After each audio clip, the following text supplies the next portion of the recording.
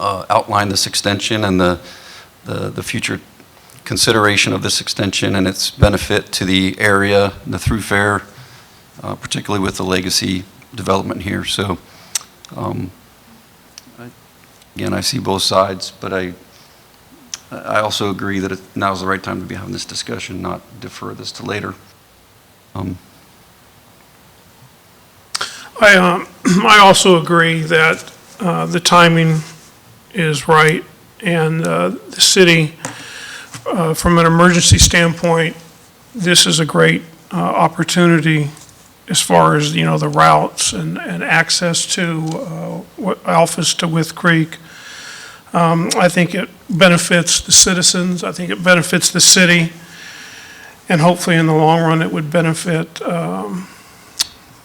Mr. Raffles here as well, that it would be a win for you as well, having that access there with the traffic flow. The new public safety building, I think that access would be critical to them as well, providing access to that portion of the city. So I do support what's written in the comprehensive plan and what's being proposed here as part of the CUP. It's always a problem at meetings to ask for information that's not in the, so I want to not get into that too much if it's not really in scope.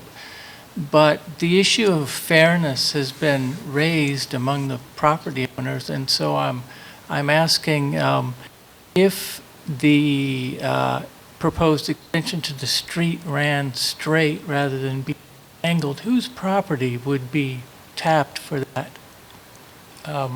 And, you know, at this point, we would assume that in the past the city could have considered doing it that way, but there would have been a price tag to buy that land. So I'm curious whose land would be impacted if the road extension were splitting the difference among all the lots. So the previous parcel and the brewery had this condition within that if it so was selected, it had the condition listed in the CUP. So that would be what we're requesting.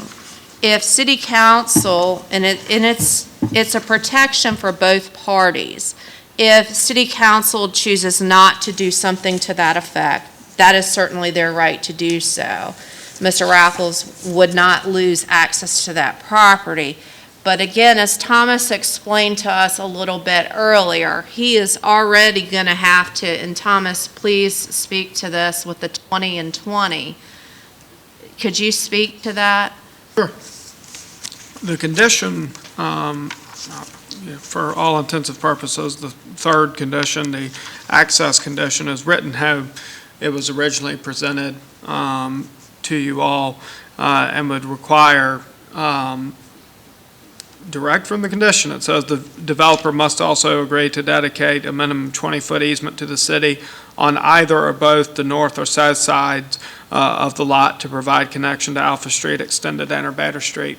Of course, if only 20 feet was conveyed for an eventual connection, which would have to go through two other pieces of private property, at that time, we, the city, would work with those private property owners to try and secure a connection. But 20 feet, of course, is not adequate for a two-lane street. With the chairwoman's recommendation, the condition presented for you, I'll say the substitute condition, condition 3, would require the 40 feet, but only at such time council more or less approves the project and the funds to build the street. And then this property would front that street. It would provide the adjacent property owners frontage and access from the new street, and the cost of construction of the new street in exchange for the property would fall on the city. It wouldn't cost the property owner anything but the conveyance of the property. Obviously, there's value involved, but, there's a value added of conveying property and then the city building you a brand-new street. Meaning that the city would have to, or the council would have to propose their recommendations during the site plan and everything else before this is ever. The only time the owner would not be required to convey a square foot of property to the city until the project was approved that we're discussing. Until they approved the funding and the project, he wouldn't have to convey anything. If the project didn't move forward or city council didn't see it beneficial, then the condition wouldn't pertain. He wouldn't have to convey anything to the city. That said, though, for 80 years, nobody's found it beneficial to have a road there, right? I mean, we're, I think I can speak, more so to the, recent history. It's always been a consideration. Okay. Part of, planning at large, and working with different property owners, throughout the years. And quite frankly, those properties have largely remained undeveloped for that entire time. So the opportunity really hasn't necessarily been there. It's only been there when the first conditional use permit property was approved, and now, of course, the one before you tonight. If the board moves forward with recommendation of approval with the chairwoman's condition, again, the property owner wouldn't be responsible for conveying any portion of that property to the city until the city council agreed to the project to fund the connection. And certainly, legacy wasn't there this whole time. We're just starting to see legacy develop, and we're starting to see that where there is a need for that access road there to access these properties. And in certain situations, if it's a hurricane and you're trying to get out of Poquoson and you get to going out of Hampton and you're like, oh, I can't go any further, you could cut down here and go out the other route. It's one of those protections should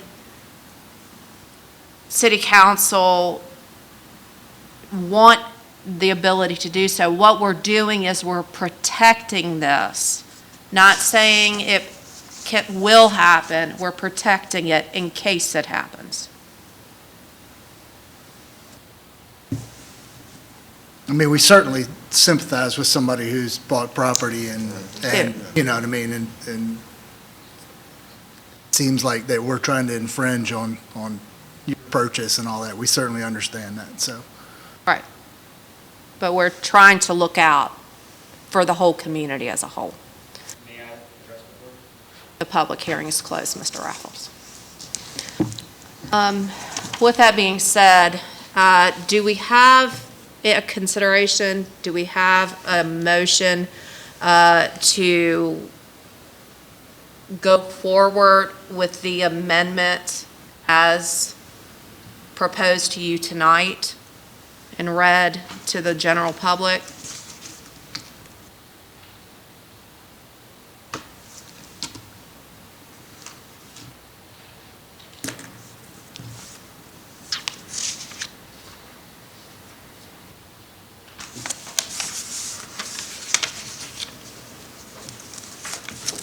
I suppose the options here are three that I can think of. One, we move forward with the amendment, we move forward voting without the amendment, or we table this for.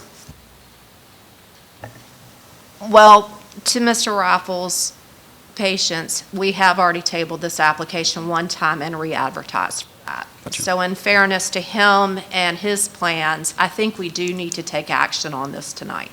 Two options. So we have two options. Well, and for clarification, the sake of clarification, the third option is to recommend denial, but if what I'm hearing from the board is an approval recommendation, then yes, there are many options. The two, it sounds like you're contemplating, are recommend as written or recommend with the substitute condition 3. If I'm interpreting, taken away from your conversation, what I'm hearing. I will make a motion that we vote for approval with the incorporation of the modified Amendment 3 submitted by Chairwoman. Do I have a second? I'll second that. Mr. Geisinger. Roll call, please. Commissioner Hartley, Nay. Commissioner Hirsch, Aye. Commissioner Peterson, Aye. Commissioner Yeager, Aye. our Vice Chairman Geisinger, Aye. and Chairwoman Shaw. Aye. So the motion will carry, five to, am I saying that right? Thank you. Thank you. That concludes the application part of this for our first public hearing tonight. We are now going to move to the second public hearing item on our agenda. And this is a request for amendments to Article VII.1. Thank you. I was trying to be official there. And it's the Planned Open Space Conservation Overlay District as found in Appendix A zoning.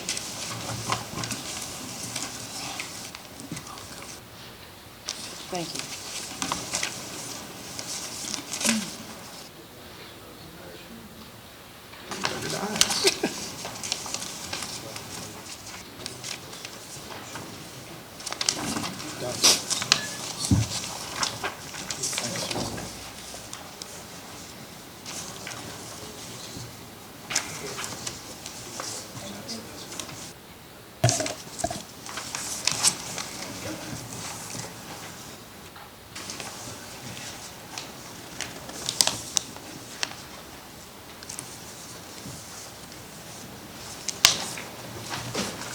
Thank you, Madam Chair. Sorry for the delay.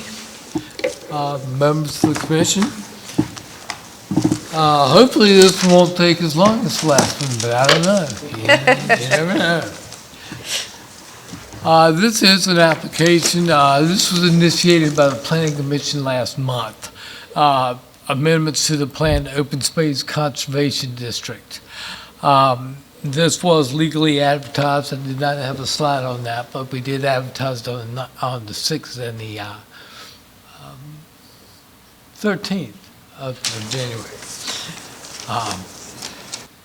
Basically, most of the changes to this Planned Open Space Conservation District have to do with this 8.1-2, where basically we go by alphabetical and then address certain conditions under each one of those. So let me cover those real quick. Planned Open Space Conservation District, this would be under what is currently general dimensional density, lot size, and design requirements. We're taking out density and we're putting in lot size. The previous language talked about density of lots. What we have discovered in looking at these is that allows for lots that are extremely small and may not be in character with the neighborhood that the open space development is being proposed in. So we have put a minimum lot size of 11,000 square feet, which is basically a quarter of an acre, a little bit more than a quarter of an acre. So that's why we changed that. And we took away all this, well, I'll get to that in a minute. We took out number 4, which read, for the purpose of this article, delineated and declared non-tidal wetlands may be utilized in meeting net lot density. Now, of course, we get rid of density requirements of the underlay district. Such wetlands, when used to satisfy density requirements, shall be incorporated into the open space and shall be protected from disturbance by an approved conservation easement. 100% of the non-tidal wetlands may be used to meet lot yield requirements. That's what's changing here. Resource protection area features may not be used to satisfy lot density requirements.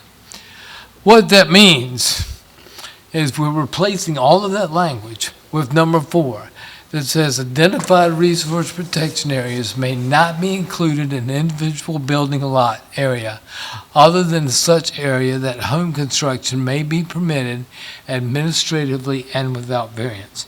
Let me show you how that's going to work in the real world.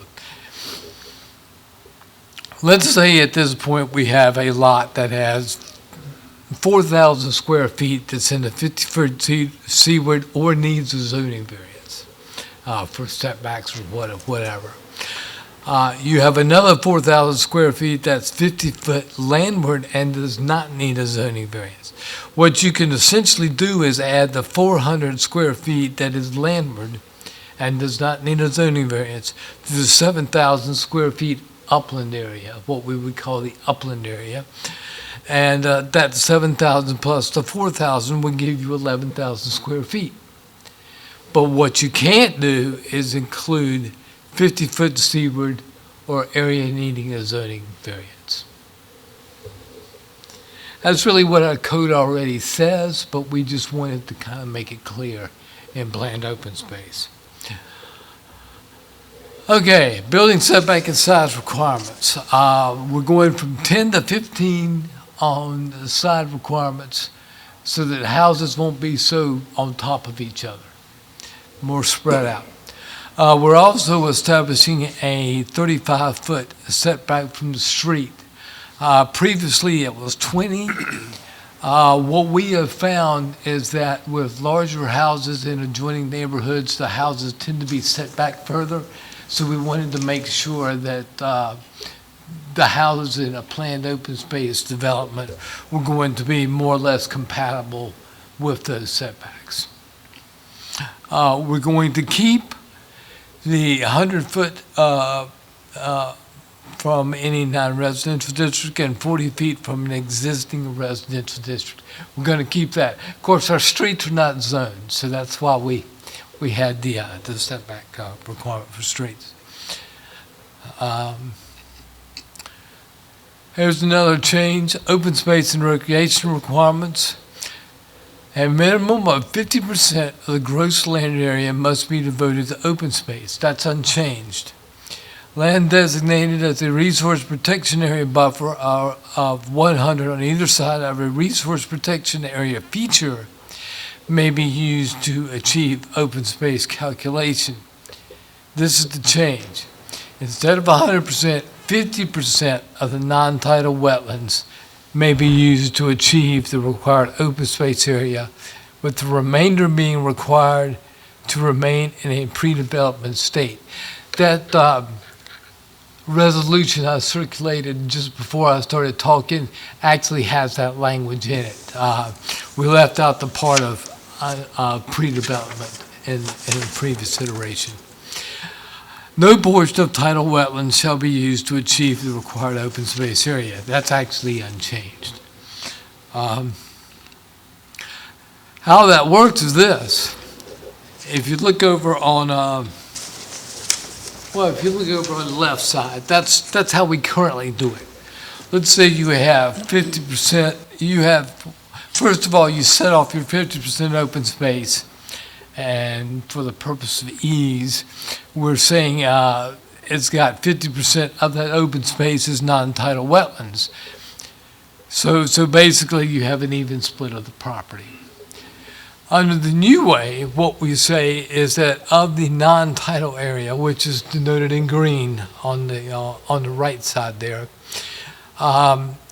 you can only use 50% of that towards open space. The other wetlands remains unprotected or in a pre-development state, but you end up requiring more open space. Essentially, by virtue of the fact you cannot include that, you have to take it out somewhere. So what this does is this reduces the developable area, and that will also serve to open space is supposed to be usable anyway, and non-tidal wetlands, you can't very well use non-tidal wetlands for anything. So we want to preserve non-tidal wetlands, but not count it as active or passive recreation area, which is the whole point of open space.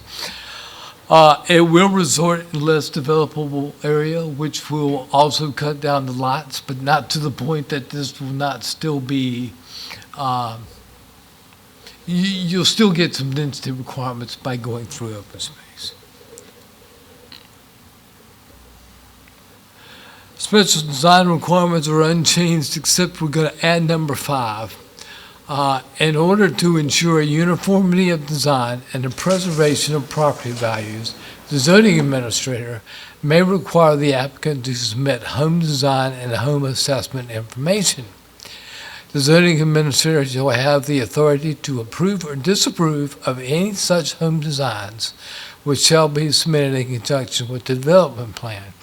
Any additional home designs other than those approved as part of the development plans shall require approval by the zoning administrator prior to it being offered for sale in such development.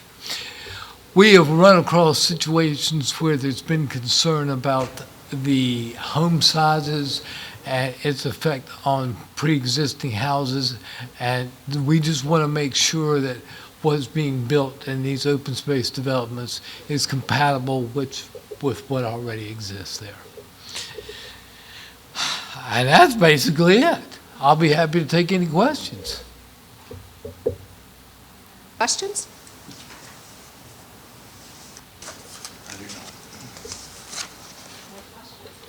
Okay. Thank y'all. With that being said, we are going to open the public hearing to address this item. If anybody present would like to discuss this, please come forward and state your name. Seeing none, I'm going to close the public hearing. Conversation about this item? Nice job, Ollie. Do I have a motion? Second? Second. Roll call? Commissioner Murphy? Aye. Commissioner Hirsch? Aye. Commissioner Henderson? Aye. Commissioner Yeager? Aye. Vice Chairman Geisinger? Aye. Chairwoman Shaw. Aye. Okay, so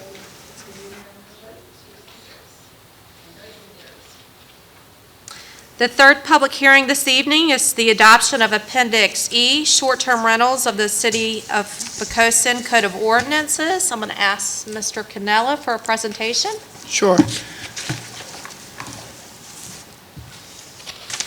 Thank you, Madam Chair, members of the board. Again, for the sake of those that may be viewing at home or online, we did discuss this in our 6 o'clock work session, so I'll try to be brief but do the presentation justice. The Planning Commission has considered short-term rental regulations, I'll say, and ordinance and code for quite some time. The Planning Commission had recommended language to the City Council in the fall of last year, and once it was considered by Council, they agreed to have a work session on the language, and at the work session, Councilwoman Bunting offered substitute language to what was recommended by the Planning Commission. In short, it would cause the code to be more restrictive in scope in permitting short-term rentals. The code, as originally recommended for approval by you, would have allowed basically any and all property owners to submit a conditional use permit to operate a whole home short-term rental, whole space. And I say whole space because it could be a boat or camper or otherwise. Your original recommendation would have allowed any property owner to apply for a conditional use permit to offer for short-term rental a whole home or whole space. your original recommendation would have also allowed for those persons who operate a short-term rental, whether they're the owner or not, to apply by virtue of basically a home business permit for administrative review and approval to operate a partial home or partial space short-term rental. The language as offered by Councilwoman Bunting and remanded back to you for consideration, it is much more restrictive than originally recommended for approval, and the language is in green and more or less would only allow those persons in a commercial district to apply for a conditional use permit for a whole home or whole space rental, and would only permit application for partial home or partial space rentals to be submitted to us in an administrative process for approval if it were owner occupied, not operator. The state code defines operator. I won't read it to you, but basically it would provide that an operator, someone who may lease your home or rent your home or manage the home for you, could operate the short-term rental. The language as presented would only allow those persons who are the owner, who live at the residence, to apply for the partial home short-term rental. It would be the same process as a home business permit, would be reviewed, approved, and issued administratively. None of the language pertaining to registration or us maintaining a registry, and of course we have adopted the tax language and a separate section of the code, none of that's changed in this amendment, the alternative draft language. What is changed greatly is who and where are eligible for application, either for a conditional use permit or for administrative approval. I'm happy to answer any questions you may have. Questions for Thomas? Not really questions for Thomas, but I mean, it is kind of, the language is much more strict than it was before. I mean, I understand it, especially if somebody's buying a bunch of houses and that's all they're trying to do is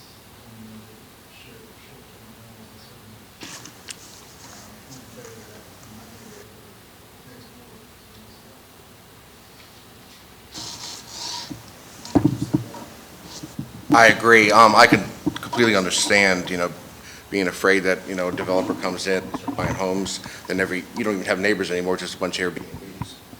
And, but I also don't necessarily agree with it being this strict to where, let's face it, short-term rentals, the way in society right now, it's in residential areas. That's where 9% of them are going to be. So this not allow anyone to do anything basically, whereas right now, case-by-case basis. So I just think this is too restrictive, but I understand the fear. I understand where it's coming from. I do, if I could, Madam Chair, just clarify, this would still permit partial home rentals as a matter of administrative application, review, registration. So if you, the owner, wanted to rent a space in your home, a bedroom, an above the garage apartment, whatever it may be, you could still apply for that and we would permit it administratively. So it's not necessarily restricting that ability, only in the sense that the owner must apply for it and it not be operated by an operator. Okay. But it does restrict who is able to apply for a CUP for a home rental only to those properties zoned in commercial districts.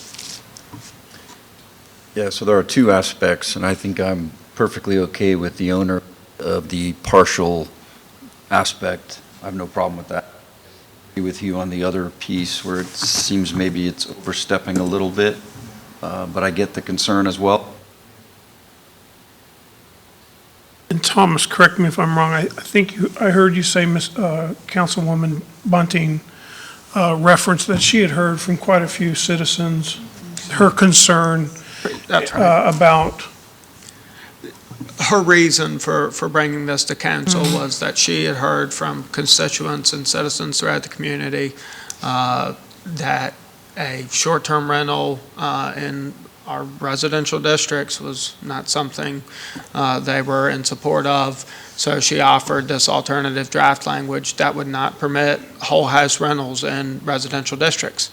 We do have some homes zoned in commercial districts. They function as homes, but they are zoned in a commercial district. The only short-term rental we've permitted by CUP is in the B2 district, right beside 7-Eleven. And that operates now as a short-term rental, as a CUP permitted short-term rental. So for the homes that fall, and the spaces that fall in those commercial districts, they'd still be eligible for application, but not homes in single-family residential districts. So if you're someone that, again, just to clarify, if you're someone that, you bought another house, it's your house in Poquoson, maybe you have two homes in Poquoson, but the house you're leaving, you lived in, instead of renting it out long-term, if you wanted to open up as an Airbnb, you wouldn't be allowed to do. No, sir. But on your new house, if you had maybe a, Unless that house was in a commercial district. unless it was in a commercial Yes. district, right, yeah. And, but with this, if you still lived in your home and you wanted to rent out a room, like you said, that's fine. If you have an apartment attached to your home or whatever, that's okay too. Correct, And that doesn't matter where you're at. correct. Okay. like a mother. It's a bed with or without a breakfast. I mean, that's Right. really what it is. If I may, Madam Chair, since this has been remanded back to you unanimously by council with this language, if you see it appropriate to recommend approval as with the language remanded back to you, that's a motion you would take tonight to approve, to recommend approval of the language as remanded, basically how it's presented to you tonight.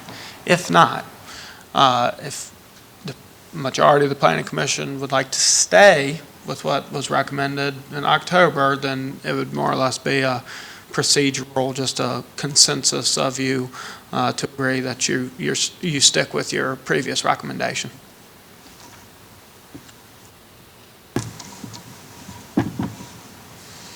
And certainly, you know,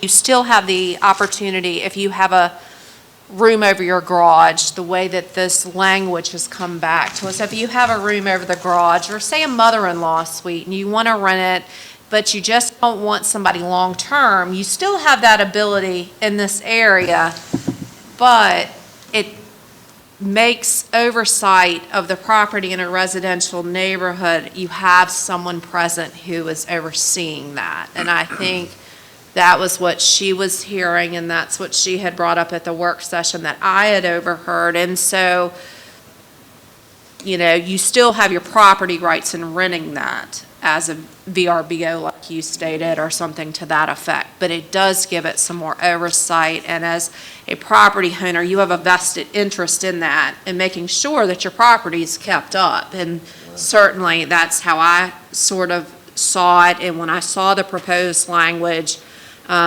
certainly didn't have any concerns with that at that council work session. So, but, you know, it's the pleasure of the planning commission as to what you would like to do tonight. And I haven't, there's no one here right now, but I haven't heard any, well, this gentleman is. But, you know, I haven't heard an outcry or much talk at all from anyone supporting.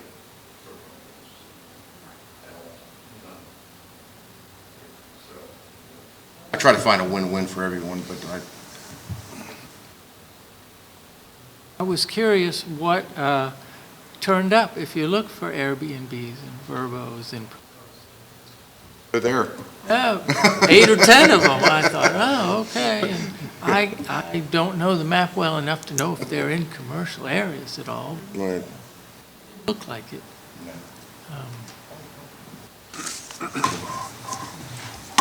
So, do we have a motion? What are your thoughts? Motion to approve or disapprove the amended language? I'd like to put a motion in place to approve the new language or the mandated language that's come back from city council. A second? Yeah. Mr. Hart. Second. Commissioner Hartley? Aye. Commissioner Hurst? Aye. Commissioner Peterson? Aye. Commissioner Yeager? Aye. Vice Chairman Geisinger? Aye. And Chairwoman. Aye. Okay, so it carries 6-0.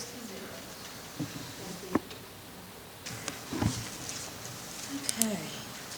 So, with that being said, we are going to move on now to our new business item.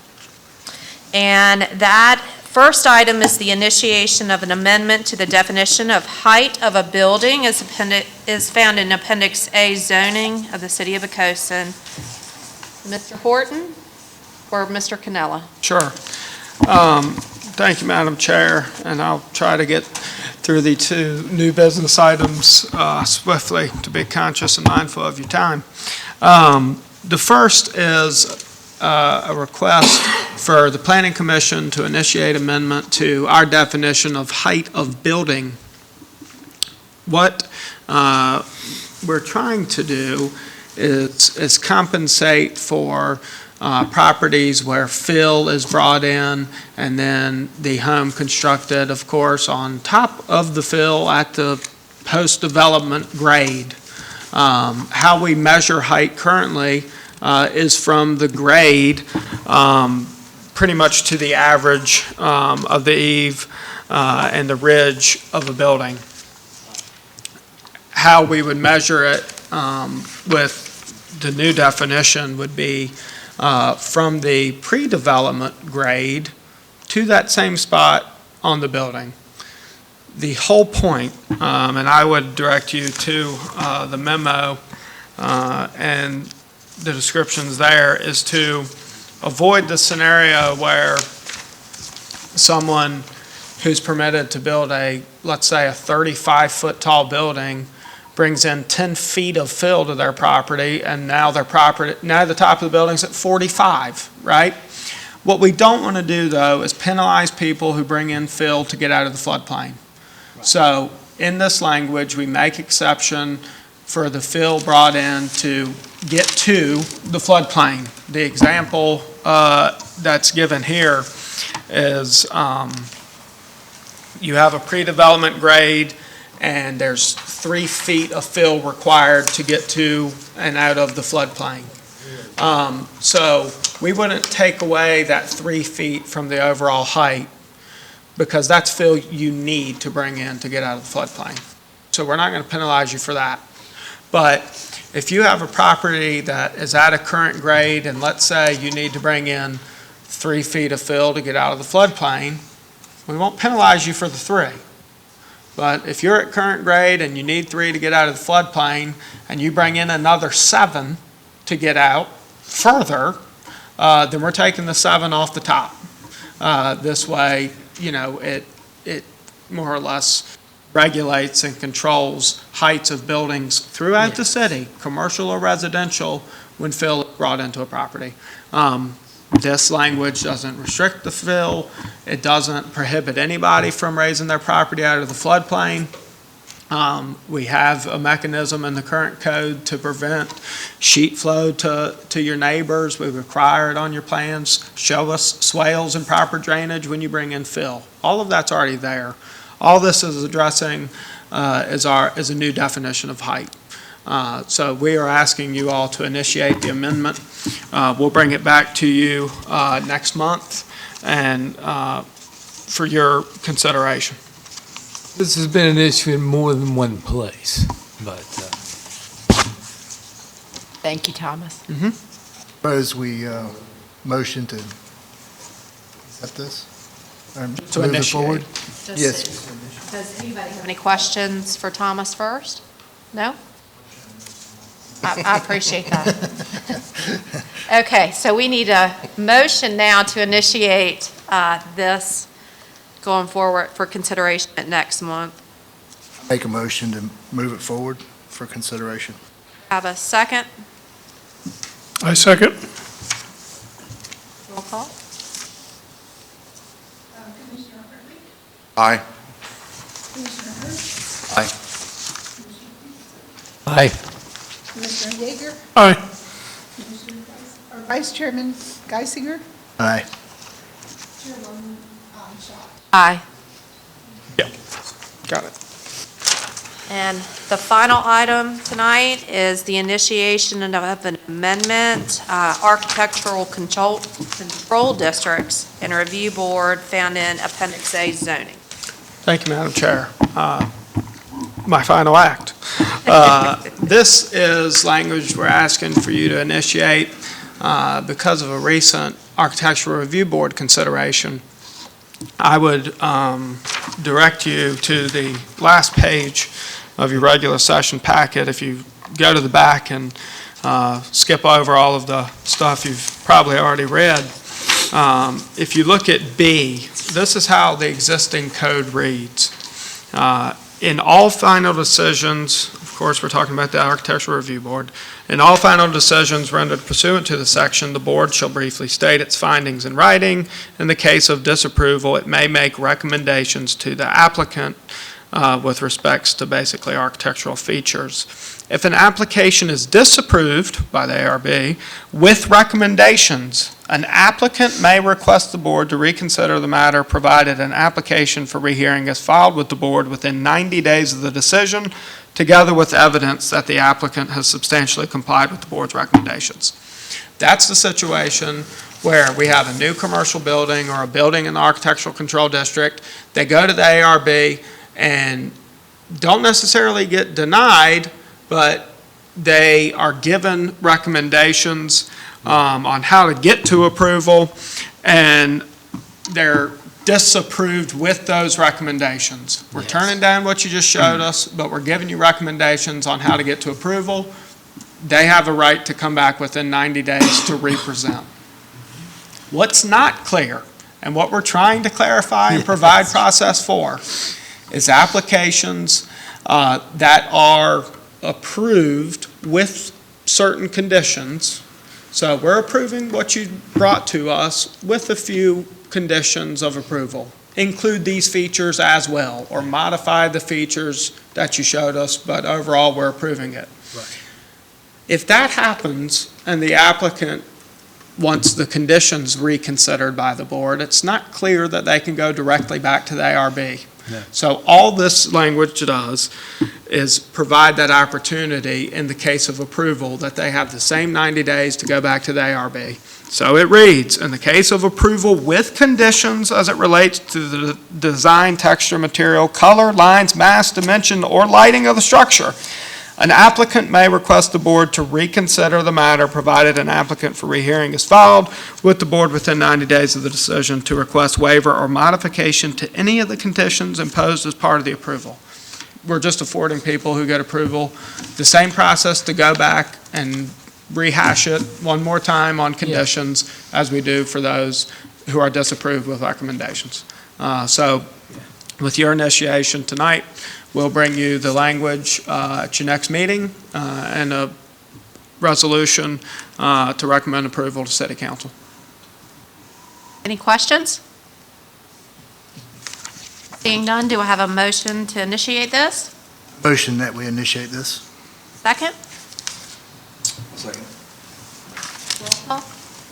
Commissioner Hartley? Aye. Commissioner Hurst? Aye. Aye. Commissioner Yeager? Aye. Vice Chairman Geisinger? Aye. And Chairwoman Shaw? Aye. Thank you. We're going to move to our last item, item number 6 of our agenda, communications and correspondence from staff and commissioners. Thomas and Wally. Thank you. We will be meeting next month. I believe the meeting date is February 20th. You'll actually have another conditional use permit to consider. Definitely not as delicate or detailed as tonight's consideration, but we will also also bring these text amendments to you, and anything that may pop up between now and then. But we appreciate you all being here this evening and for the work you've done with us. Just to remind you all, we do have a few new members. We welcome you, but we are always available, or if not at that minute, make ourselves available to you if you have questions about the functions of the Planning Commission or considerations or an agenda topic, whatever you may need. We're your staff, we're your resource. So reach out to us. Don't hesitate to shoot an email or give us a call or pop by the counter and ask where we're at. So with that, Madam Chair, looking forward to seeing everybody again next month. Well, I'll tell you, Thomas covered about everything that I would have. I would like to second his appreciation for y'all being here. It's nice to see. I know we got one member absent who's apparently going to retire from our commission, but it's nice to see that they is nice and full. So appreciate that, and I'll see you next. Any planning commissioners have any comments? I would like to welcome Mr. Peterson. I welcomed Mr. Hartley last month, so welcome. We're glad you're here. Like Wally said, we're glad we have a full dais. Like to wish Christine Salick, who has gone on to bigger and better things, who was our former planning commissioner, best wishes. And if there's no additional business, I'd like to have a motion to adjourn, please. Make a motion to adjourn. Second, Second?